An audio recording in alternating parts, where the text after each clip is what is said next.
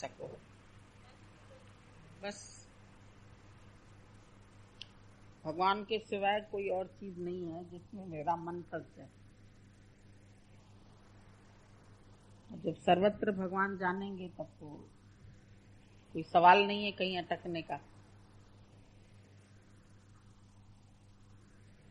सागर में डुबो तो जो भी विचार आते हैं वो अपने तत्व के निश्चय से खत्म कर दो।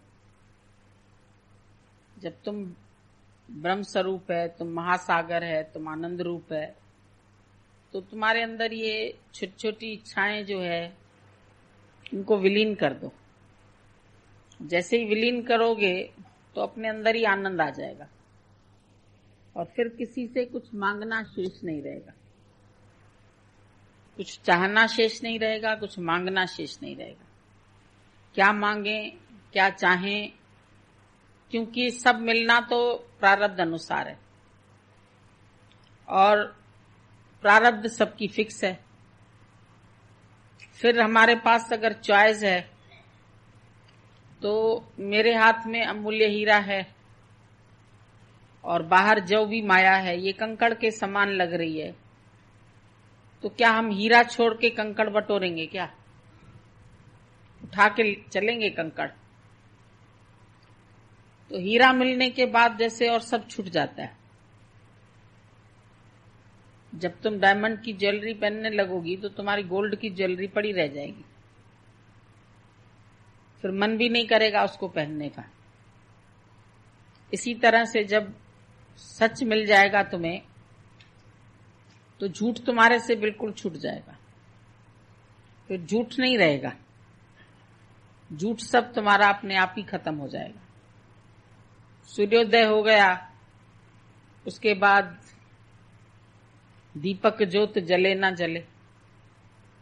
अभी अंधेरा है तो तुम मोमबत्ती का भी सहारा ले सकते हो, दिए का भी ले सकते हो, टॉर्च का ले सकते हो, इमरजेंसी ले सकते हो। पर जब सूर्योदय हो गया तो अभी तुमको कोई टॉर्च की जरूरत ही नहीं, भले पड़ी भी है तुम्हारे पर्स में। फिर अंधेरा होगा कभी तो फिर जरूरत पड़ जाएगी।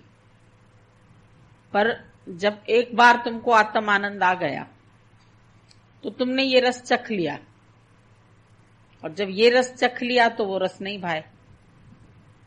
अभी हम तुमको बोलते हैं, हम तुमको पासपोर्ट वीजा देते हैं, तुम अमेरिका चली जाओ, सत्संग छोड़ दो, तो तुमको अच्छा लगेगा? अमेरिका जाओ, लंदन जाओ, यूरोप जाओ,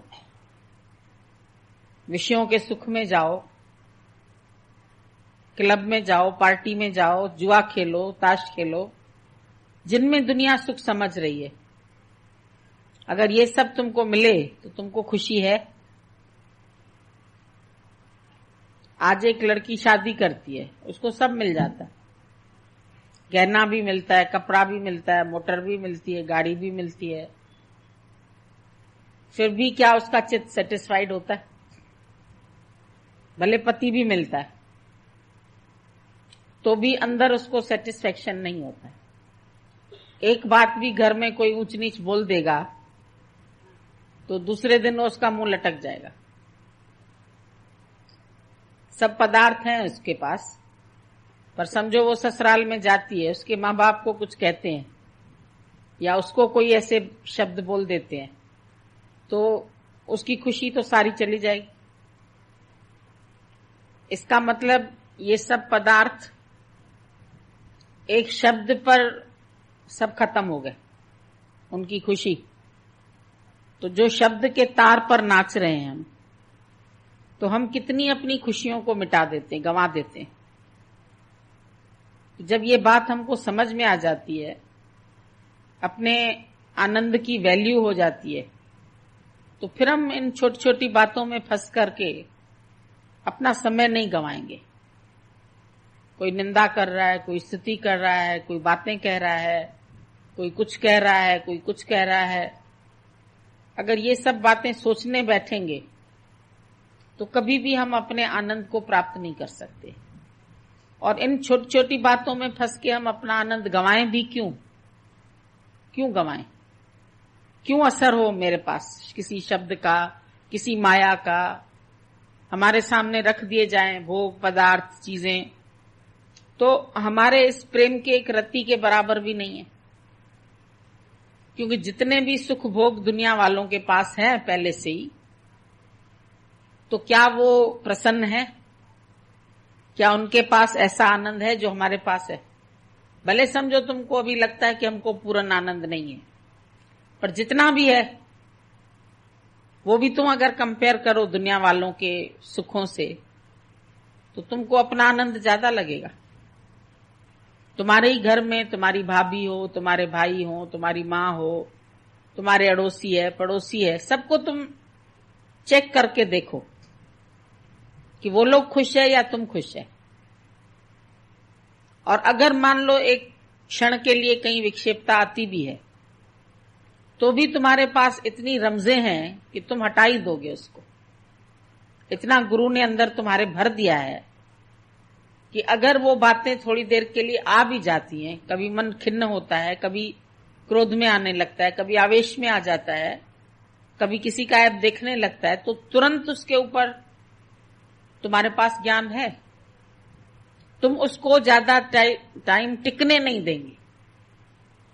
तुमको कोई कितना क्रोधित करना चाहे, दुखी करना चाहे, तुम्हारे में ममता रखे, तुमको अपनी तरफ खींचना चाहे, तुम्हारे से सुख लेना चाहे, लेकिन अंदर वाला तुम्हारा जो है वो नहीं मानेगा। नहीं, हमारा जीवन इन बातों के लिए नहीं। हमारा जीवन तो महान उद्देश्य के लिए है। और ये अगर छोटी मोटी बातें आती रहती हैं तो ये तो बुलबुले लहरें, उनकी तरफ ध्यान मत दो। क्यों आई ये इच्छा, क्यों आई ये ऐसा क्या?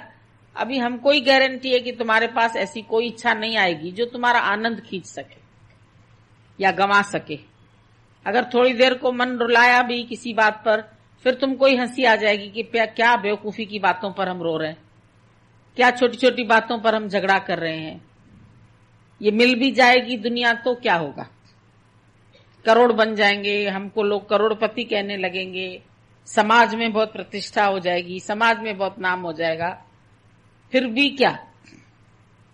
करोड़पतियों के मुंह से हमने सुना है कि हम अपने जीवन से इतनी बार तंग हुए हैं कि हम 4-5 बार सुसाइड करने की कोशिश कर चुके,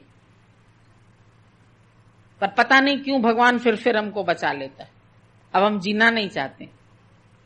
और कभी वही करोड़ इकट्ठे करने के लिए झूठ किया, सच किया, बातें की, माया इकट्ठी की, सब हो भी गया, मिल भी गया, सब भोग पदार्थ भी मिल गए, जो चाहा वो मिल गया, शादी कराई, बहू आ गई, बच्चे आ गए, मतलब किस चीज की बाहर से कोई कमी नहीं है। फिर मन खिन्न क्यों होता है? संसार के लोगों का क्यों खिन्न होता है?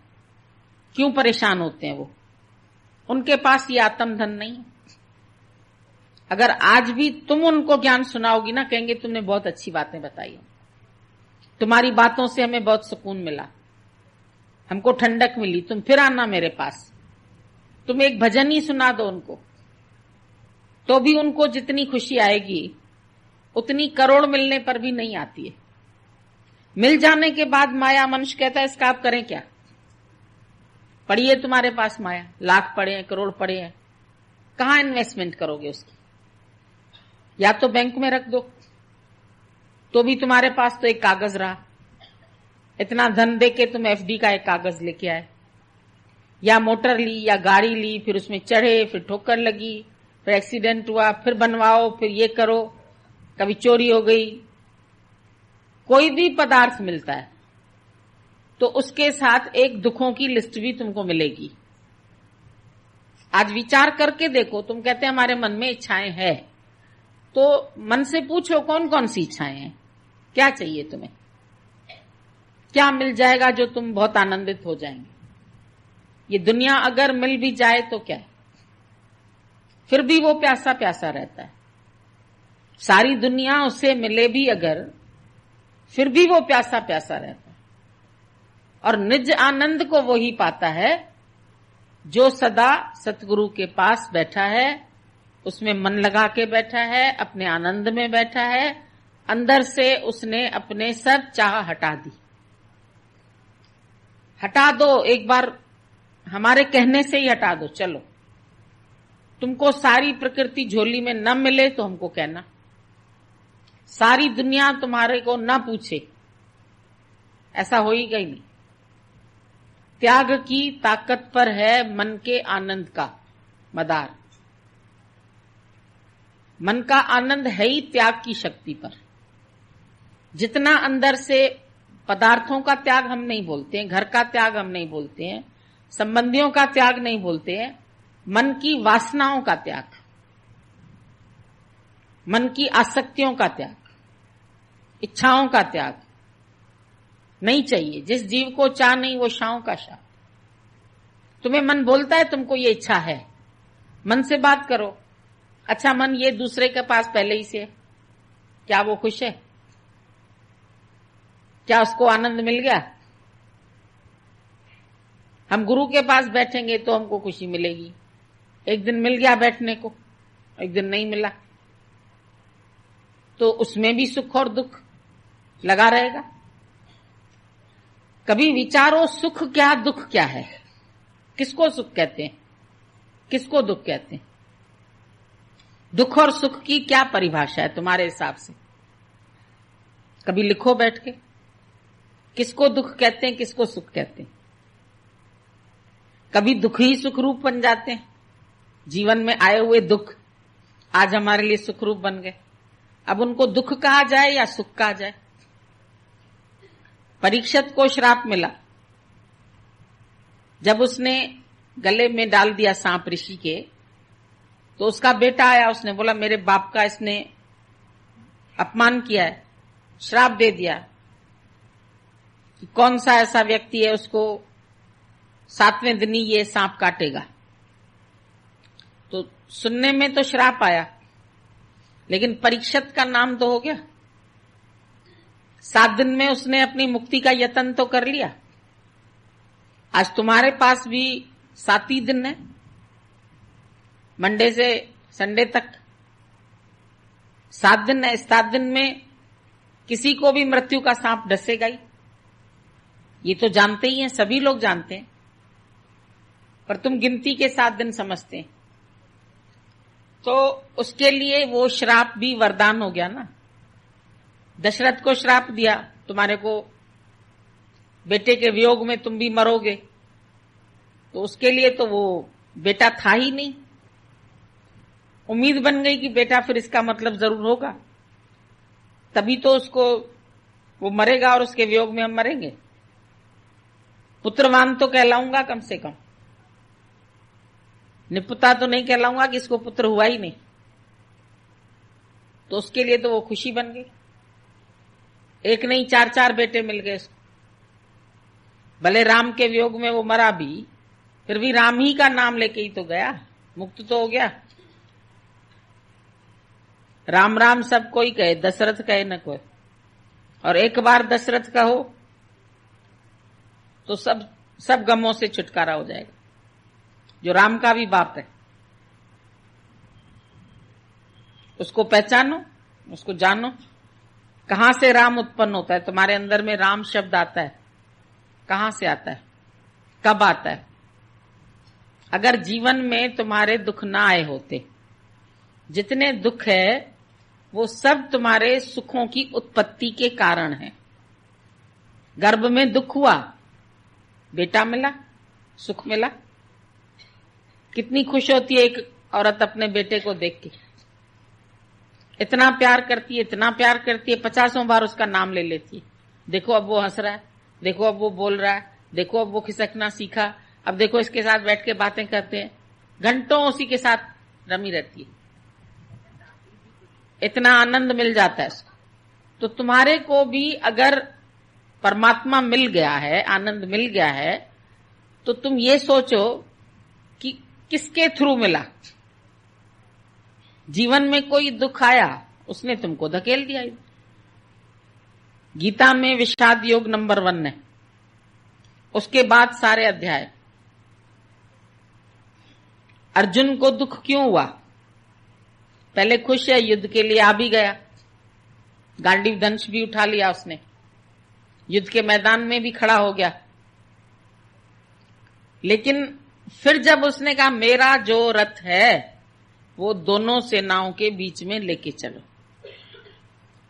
जब दुविधा में आया तभी तो मन चला उसका, बीच में खड़ा हो गया ना, न इस पार रहा न उस पार रहा।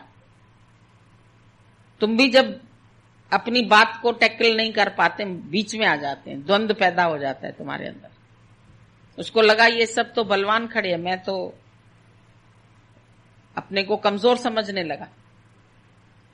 औरों को देखा, कर्ण खड़ा है, ये खड़ा है, धृतराष्ट्र खड़े हैं, फलाने खड़े हैं, योद्धा खड़े हैं इतने, भीष्म पितामह खड़ा है, तो उसको दूसरों की वो दिखाई दी, अपनी दुर्बलता दिखाई दी, मैं तो मारा जाऊंगा। तब दुख हुआ उसको। तब कृष्ण ने फिर गीता सुनाई पूरी उसको मजबूत करने के लिए। तो दुख या सुख, वो दुख हुआ कि सुख हुआ, हुई तो जीत। मन ने कहा तुम हार जाओगे, मन उसको डराता रहा। ऐसे ही मन तुम्हारे जीवन में भी दुख भरता है, कोशिश करता है आने की बीच में। तुम पूर्ण नहीं हो पाओगे, तुम मुक्त नहीं हो पाओगे, तुमको ज्ञान नहीं लगा है अभी और लगेगा। कोई भी पॉइंट ऐसी निकलेगी तो तुम गिरी हुई पॉइंट जल्दी उठा लेंगे। अपने को आत्मा निश्चय करने वाली पॉइंट नहीं उठाएंगे, गिरी हुई बात जल्दी उठा लेंगे। और जब तुम ज्ञान में आते तो दुख भी सुख तो लगे, जडे मैर जो रखी हथ, दुख में भी सुख है, लू में भी कोई फायदा है। भगवान ने अगर बनाई है लू तो तुम्हारे हड्डियों का, जोड़ों का दर्द जाना होगा, तो ये भी खानी चाहिए, लू भी खानी चाहिए। तुम इसको दुख समझते हैं, लेकिन ये तुम्हारी हेल्थ को ठीक करता है, तुमको सुखी करता है। तुम अपने आनंद में रहो, तुम अपने मस्ती में रहो। तो ये दुख सुख की कहानी जो है ये बहुत विचित्र है कि तुम जिसको दुख कहते हो, तुम जिसको सुख कहते हो, क्या वो सुख है? कौन से सुखों को तुम सुख समझते हो? संसार में तुम किस व्यक्ति को सुखी समझते हो अपने से ज्यादा? कौन तुम्हारा है जो बहुत ज्यादा सुखी है? कौन दिखाई देता है? कोई अड़ोसी, कोई पड़ोसी, कोई सत्संगी? तो आप हमारे पास बैठे हो, फिर क्या बात? हर समय हमारे साथ रहो, हमारे साथ ही बैठो, उठो, ख्याल हमारे में ही रखो। वो बोलते हैं कि वो इमेजिनेशन है, इमेजिनेशन नहीं है, सत्य है। क्योंकि गुरु शरीर नहीं है, गुरु है भगवान। और भगवान क्या है? वो ऑल परवेडिंग है।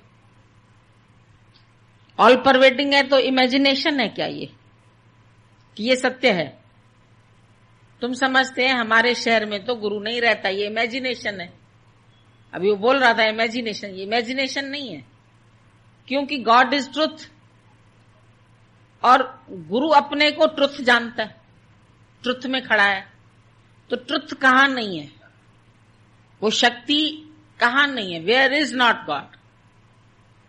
जब हम बोलते हैं कण कण में है वास उसका, तो जहां हम हैं वहां भी तो उसका वास है, पर उसको हम फील नहीं करते। हम अपने को अकेला जानते हैं। हम समझते हैं हम भगत है, हम शिष्य हैं, वो गुरु है, वो विलायत में रहता है, वो लंदन में रहता है, वो लखनऊ में रहता है, बॉम्बे में रहता है। मेरे रोम रोम विच तेरा नाम निकले, हर घड़ी हर वेले ओम ओम निकले। मेरी रसना से प्रभु तेरा नाम निकले। हमारी इस रसना से हर समय प्रभु का ही नाम निकले। तो प्रभु हमारे साथ है, और विश्वास है तो तुमको वो गम की गहरी घाटियों से भी निकाल के ले आएगा। अपने अंदर का विश्वास कभी कमजोर मत करो, श्रद्धा को अपने पक्का रखो। जीवन में प्रेम नहीं होगा, श्रद्धा नहीं होगी, नम्रता नहीं होगी, तो सरसता नहीं होगी। और सरसता नहीं होगी तो मुड़ेगा कैसे? आज हमारा शरीर मुड़ रहा है, ऐसे चल रहा है, इसमें सरसता है ना? अंदर पानी का अंश है, खून के रूप में, पसीने के रूप में पानी दिख रहा है तुम्हें, तो सरसता है। और अगर थोड़ा सा भी कम होता है तो प्यास लगती है, फिर तुम 2 गिलास पी लेते हैं, फिर 4 गिलास पी लेते हैं। तो ये सरसता अगर तुम्हारे अंदर है, मधुरता है, प्यार है, प्यास है, तो तुम कब अकेले? तब तो रोम रोम में तुम्हारे गुरु का निवास है। मैं नहीं हूं पर है ही गुरु। मुझे किसी से सुख की आशा नहीं है तो मुझे दुख भी नहीं मिलेगा। अगर मैं किसी में सुख की आशा रखूंगा तो उसका रिजल्ट दुख भी है। पर ज्ञानी के लिए तो दुख सुख दोनों समकर जानो और मान अपमान। न मान है न अपमान है। जहां भी बैठे अपमान किया किसी ने, शब्दों से ही तो किया, और शब्द तो उड़ गए हवा में, हमने पकड़ लिए। मुझे कहे गए ये शब्द, नींद खराब हो गई, चितवन चलने लगी, दिमाग चलने लगा, क्या फायदा?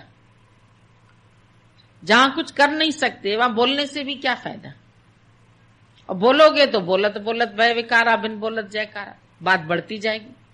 और ये छोटी छोटी बातें ही होती है दुनिया में जो तुम्हारे खुशी के माहौल को गम में बदल देती। अच्छा खासा खुशी का माहौल होगा, कोई आके ऐसे 4 बातें करेगा तुम्हारे साथ, तुम्हारा दिमाग उड़ जाएगा, वहीं चला जाएगा। तेरा बाप तेरे लिए ऐसे कह रहा है, सत्संग चाहेगा ही नहीं अंदर, वो बाप आ जाएगा। फिर उसका चिंतन चलेगा, फिर अब क्या करें, अब जाएंगे तो डांट पड़े। अच्छा जाएंगे तब ना, अभी तो नहीं पड़ रही है डांट, अभी तो बैठे हैं तुम आराम से। तो वो तुम्हारा मन चला गया फ्यूचर में, या तुम्हारे लिए ऐसे कह रहे थे तो पास्ट में चला गया। तो ये छोटी छोटी बातें होती है जीवन की जो तुम्हारे आनंद को बिखेर के रख देती है। तो अब तुमको क्या करना है, इसके लिए तुम्हें ध्यान नहीं देना। वॉट द पीपल से लेट देम से। दुनिया ये कहेगी, वो कहेगी, चोर कहेगी, बदमाश कहेगी, क्या कहेगी? है चोर तो है, मैं चोर हूं, काम है चोरी, दुनिया में हूं बदनाम, दिल को चुराता आया हूं, यही मेरा काम है ना चोर। बोल दे कोई चोर तो हाँ चोर है, सबका दिल चोरी करते, सबके हृदय से प्रेम निकाल लेते हैं, चोरी तो कर ही रहे। मांस तो बद है ही है। दादा ने हर गाली का अच्छा मतलब बता दिया। इसके पास बहुत पैसा है, बहुत पैसा है, सही बात है, बहुत है, करोड़ों है, भगवान ने दिया है, रहमत है उसकी, बहुत करोड़पति हो। हाँ भाई है, क्यों नहीं, सब खजाने मेरे ही तो हैं। लखे थम खजाना लुटण आयो आया, पंहिंजी मौज सां मां घुमा। इस सृष्टि सारी मेरा ही राज्य है। कोई एक देश का राजा होगा, कोई एक गांव का राजा होगा, कोई एक घर का राजा होगा, हम तो सारी सृष्टि के राजा हैं। तो सबके खजाने मेरे हैं, सबके पैसे जितने बैंकों में रखे हो सब मेरे हैं, सब पासबुक है मेरे पास। हम चेक बुक रखते नहीं क्योंकि चाहिए कुछ नहीं, जब चाहिए होता है तो भगवान घर बैठे पहुंचा देता है।